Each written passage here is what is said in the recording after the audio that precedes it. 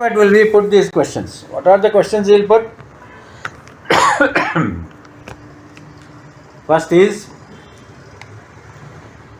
qualification and background. Can you please state your name, professional qualification and experience?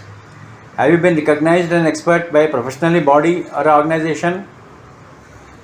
Can you explain your educational background and professional experience? What is the basis of your expertise? What specialized knowledge do you possess? How have you acquired your expertise in this area? Who declared you as an expert? Can you explain any research or studies you conducted or published? Peer-reviewed journals mainly. Then opinion formation. Did you conduct an examination, analysis or review of any evidence or documents related to this case? What document? What is the number? Okay, where is it presented? Where is it admitted in the court? All these things you have to know. Based on your expertise and information, what is your opinion regarding the specific case? What methodology, principle, standard did you apply? What observations did you make? What testing did you do? And these are the questions that they are the base of your opinion. Next, supporting evidence and reasoning.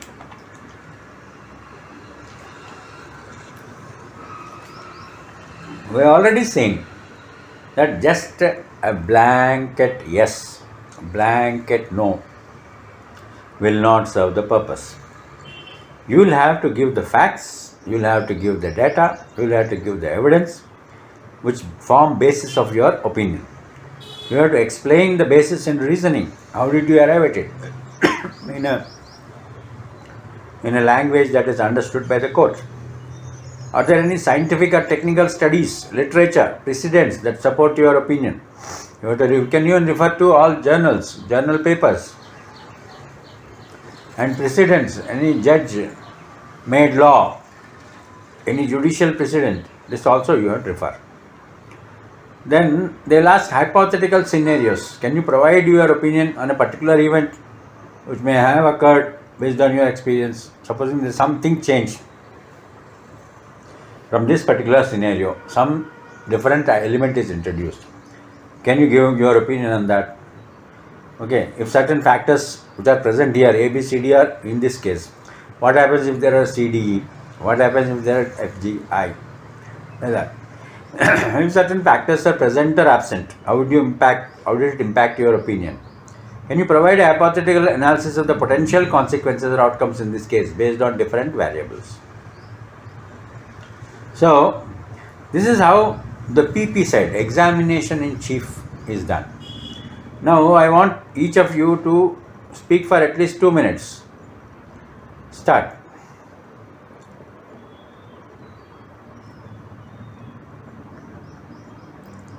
Yes, please.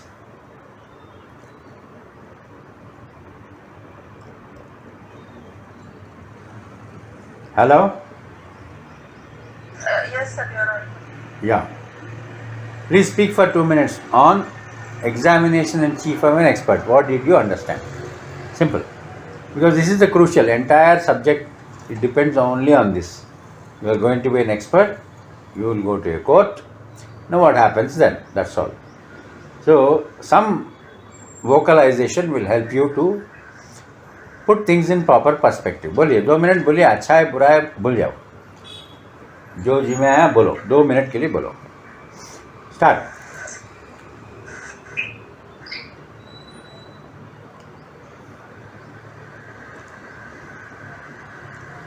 Yes sir.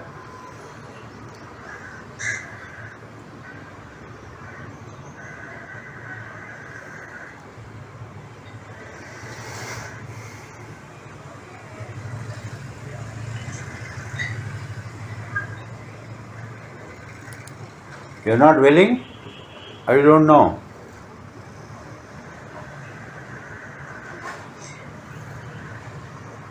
Okay, let's not waste time. Now in examination in chief, what exactly do we do is, we'll bring a person onto the witness box, introduce him as an expert in a particular subject, ask him to introduce himself by way of his qualification, certification, experience in that particular field, and also ask him to tell us what part of the evidence he has seen, what examinations he has conducted on those evidence, what conclusions or what data is noted, what observations he made, based on that what conclusions has he drawn, and based on that what opinion he is offering. Right now, here, what is the essence of an expert? Essence of an expert is that he is a person who is knowledgeable. He knows more than what everybody in the court knows, including the judge. That's what we are trying to establish in the examination in chief. Now, next comes the cross-examination. For every examination in chief, there is a cross. And cross is done by the defendant's lawyer. Now, what is the role of the defendant lawyer? What he should do? He is in the opposite party. So, what he should do is, if the PP has established you as an expert, as a person of a high stature, of high knowledge, and of an extraordinary skill, then obviously it means that what the cross-examination defense lawyer has to do is break that down. You question the ability, question the qualification, question the certification, question his experience, question his method, question his conclusions, question the data, question the opinion. He has to question all these things and prove. And the expert is, after all, not an expert at all. So that is called impeaching the witness's credibility. So here, the cross-examination, the opposite lawyer is given a tool by the law. He says you can ask leading questions. In case of examination in chief, PP cannot ask leading question. He is not given that ability. He is asked to ask only open questions. Whereas in a cross-examination, the defendant lawyer is given the option of using leading questions. What is the leading question? Leading question is one that contains an answer within it. Okay, or which has an answer of yes or no only. Nothing more. So in legal proceedings where credibility, reliability and accuracy of the witness's testimony are tested and challenged, it is in cross-examination. Opposing party's aim is to weaken the witness's testimony and credibility by raising doubt about his expertise. Doubts kahan aayega? You question his expertise. You question his objectivity. You question his accuracy. You bring up bias, what he has. And what are the techniques that are used? First is impeaching the witness's credibility. The technique used, you question his qualification. PhD कहाँ किया है, कैसे किया है, कौन सा university, ठीक है. ट्रेनिंग, कहाँ ट्रेनिंग लिया है, इसमें सब स्पेशलाइजेशन ट्रेनिंग कहाँ हुआ है. Expertise, how many cases have you done, 100, 200, 300, what all different departments you have worked, when did you come to this department, how long have you been working in this department. And the aim is to cast doubt on the ability to provide accurate opinion. Next, highlighting any inconsistencies or contradictions in the witness statement and previous testimony.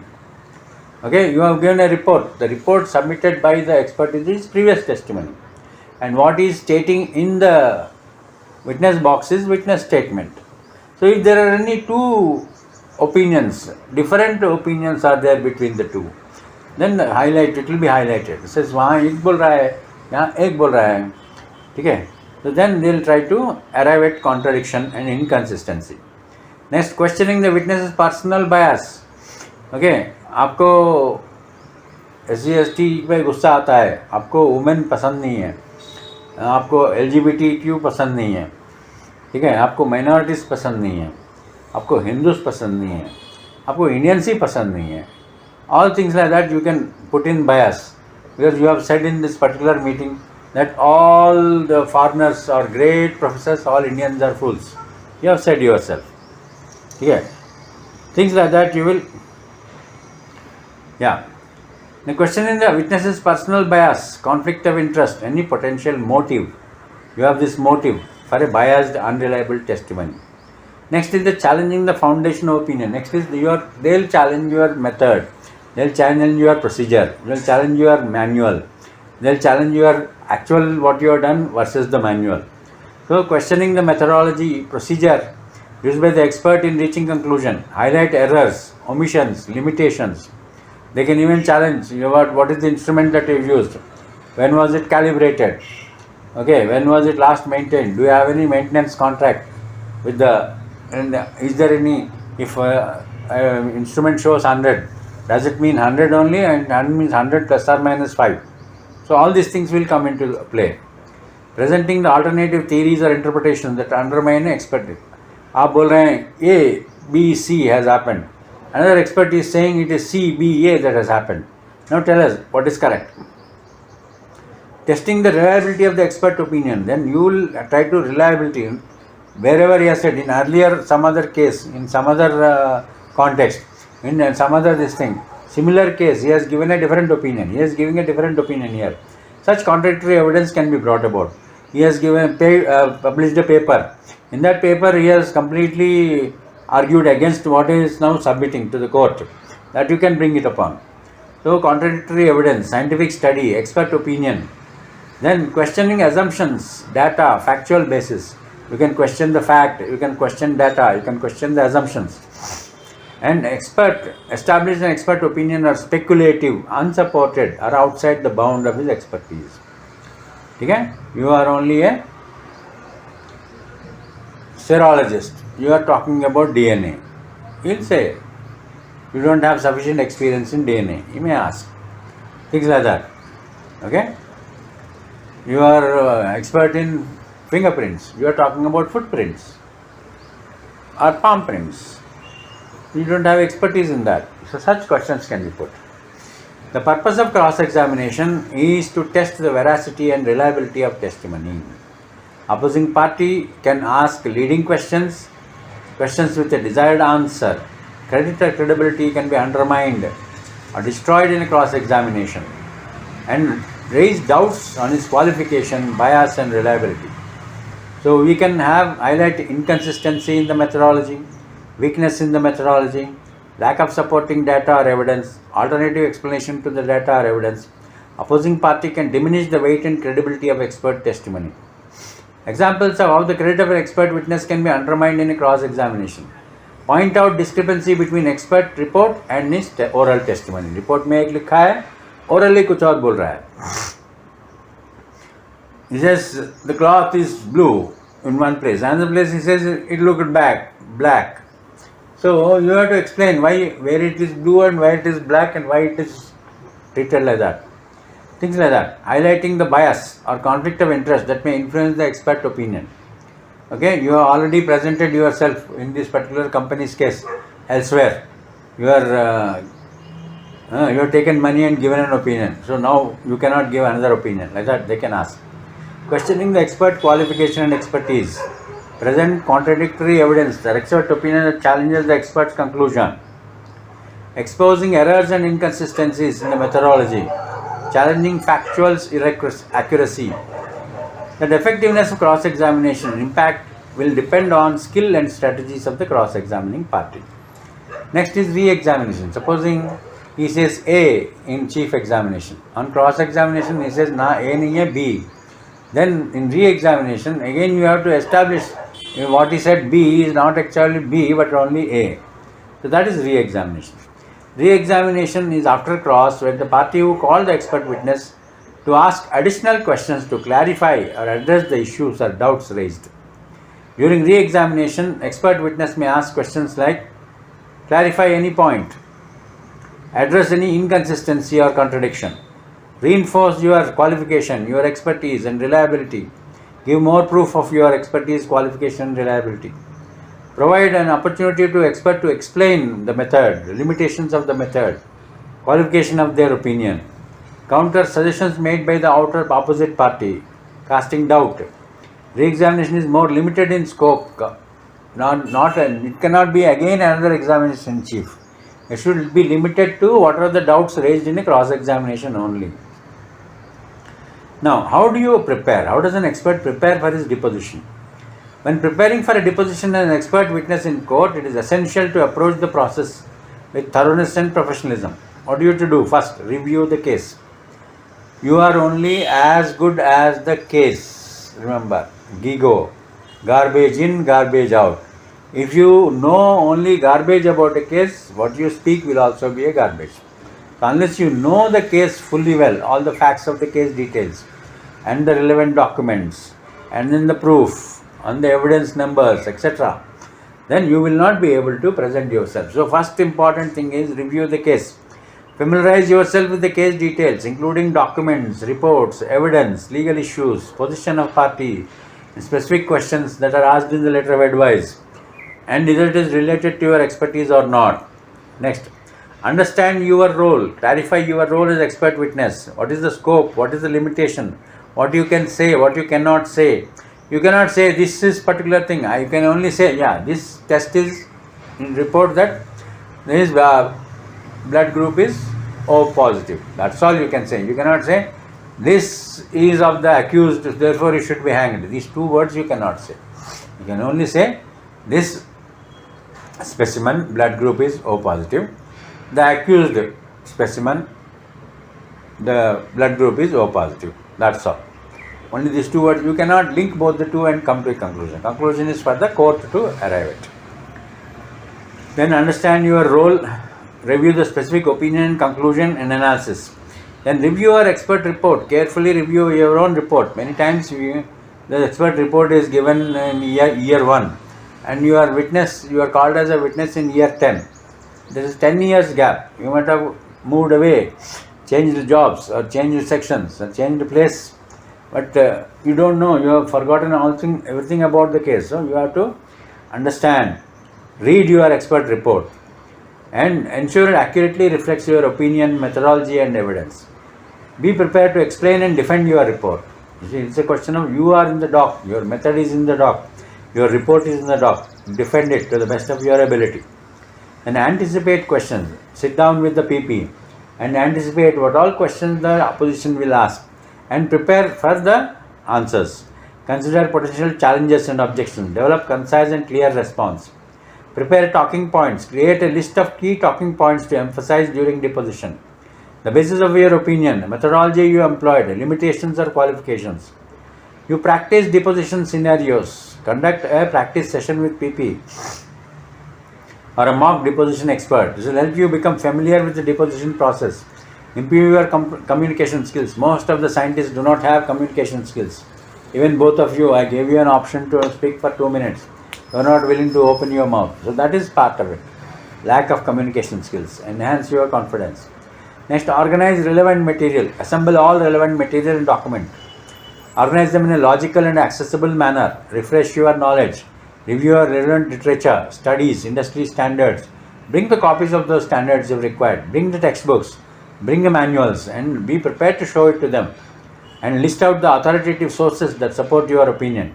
Stay objective and impartial. You have to have objectivity and impartiality. Stick only to the facts and your expertise. Avoid any speculation or personal bias or coming to a conclusion. Never give a conclusion. Only give what is your report, what you have mentioned, what you have seen, what you have observed, what is your opinion. That's all. Stick to it. Maintain professional demeanor. Dress professionally. Maintain eye contact. Exhibit a calm and composed demeanor in the entire deposition. Listen attentively to the questions in cross and provide thoughtful and concise answers. Clarify ambiguity if there is any unclarity, lack of clarity or ambiguousness. Clarify it. Take your time. You are not to be rushed into giving anything, into talking anything. Whenever a question is put, you can just think over it, listen to it 2 or 3 times in your own mind, formulate your opinion and give your opinion. You can take your own time. If you want time to respond to it, you can also ask the court to give me some time. I'll prepare an answer and come and give you. So do not rush your answers. Request a moment to collect your thought or review relevant documents. I'll go see my report. I'll just check my report and tell you, or check my manual and tell you, or check my, other document and tell you. And be honest and transparent. If you do not know something, say you do not know. Instead of guessing or speculating, it is better to say you do not know. Honesty and transparency. That will help you in a court. Maintain professional boundaries. Remember that it is a legal proceeding. Conversation should be limited only to your PP. You should not discuss it with the accused or his lawyer or anybody, press or any other member of the public who is sitting there. Expert can ensure. Now, do's and don'ts for deposition. 1. For an expert, do thoroughly review your expert report and supporting documents. Consult your attorney to understand the case, legal strategy, and potential areas of questioning. Maintain professionalism, calm demeanor, and throughout the deposition. Listen carefully to the questions asked and take your time to provide thoughtful and accurate responses. To the point answer is required. The person who speaks less speaks actually more, he conveys more. Do answer questions directly and concisely. Stick to the scope of your expertise and content of your report only. Don't talk about other expertises. Be prepared to explain and defend the methodology, analysis, opinion. Be honest and transparent. If you don't know, say you don't know. Do cite relevant sources, studies, industry standards, ISO standards to support. Maintain objectivity. Don't get involved in speculation. Follow instructions and guidance of your PP throughout the deposition. Don't ask for an expert witness during their appearance in court for deposition of their report. Don'ts. These are all the don'ts. Till now, do's. Now, don'ts. One, don't offer opinion outside the scope of your expertise. Don't argue with the opposite party or with the court or with the attorney. Stay calm. Don't guess. Don't speculate. Don't provide excessive or unnecessary information. Be to the point. Don't let the opposing attorney provoke you into an emotional response. Don't disclose confidential or privileged information. Don't discuss the case or testimony with the opposing party or member of public or press. Don't rush through your answers. Take your time. Don't allow frustration, annoyance to come out into the open and affect your demeanor. Stay composed. Don't provide incomplete or misleading answers. Follow these do's and don'ts. Get the idea? These are all the do's and don'ts that I have done so far. Now, these are expert evidence and do's and don'ts and how it is to be done. Then after this, you have CRPC provisions. Now we'll discuss about it in the next class regarding CRPC provisions. At this particular point of time, will you be willing to again speak for 2 minutes about do's and don'ts? Yes, ma'am. Please speak up. I think for this cross-examination, we have to stick to the questions, and we should not be focus on this personalized bias, and they check about the background as well, education and all those details as well. These are the points I remember from the discussion. Good. What next? How can they make you look not credible? How can they challenge your credibility? And what you should do to protect your credibility? By raising question and doubting about each and everything, about your personality, education, documents, etc. And how will you protect yourself?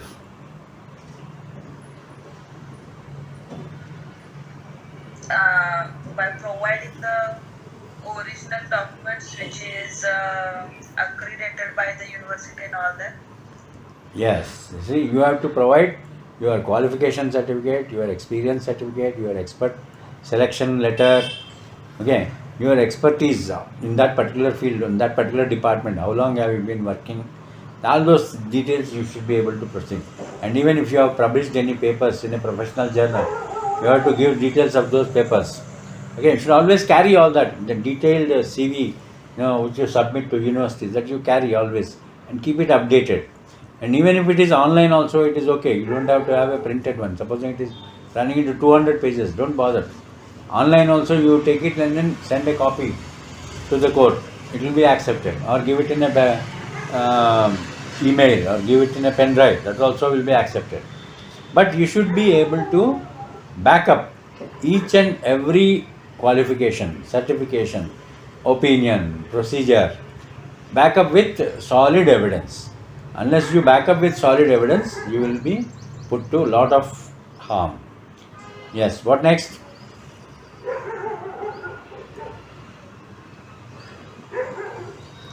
Swati, you have not spoken.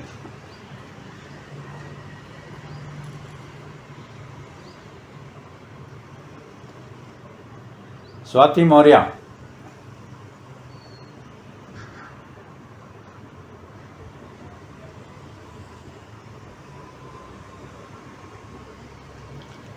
Yeah, okay, she is not willing to speak. Okay, anyway.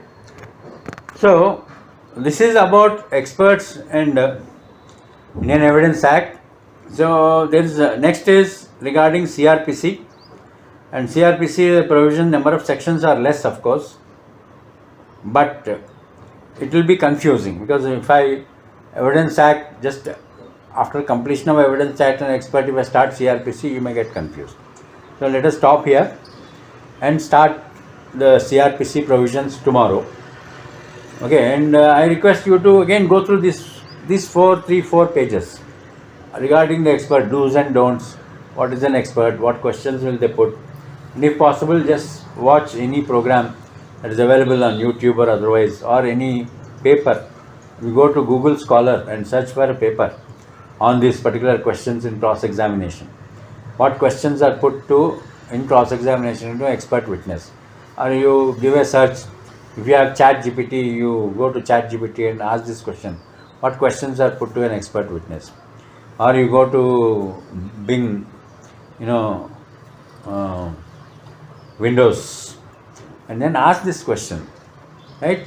So you will get to see some more things, because you see, unless you follow any one particular case thoroughly regarding the expert opinion, unless you follow that, you will not form a clear-cut opinion in your mind. I have given you a summary of do's and don'ts, but summary of do's and don'ts will not have any meaning unless it is applied to a particular case. So try doing it, because that will clarify and consolidate your view on your role in a court, because unless you are clear about your role in a court, you will not be a good forensic scientist. Okay, thank you very much. Let us stop today. You can leave the class.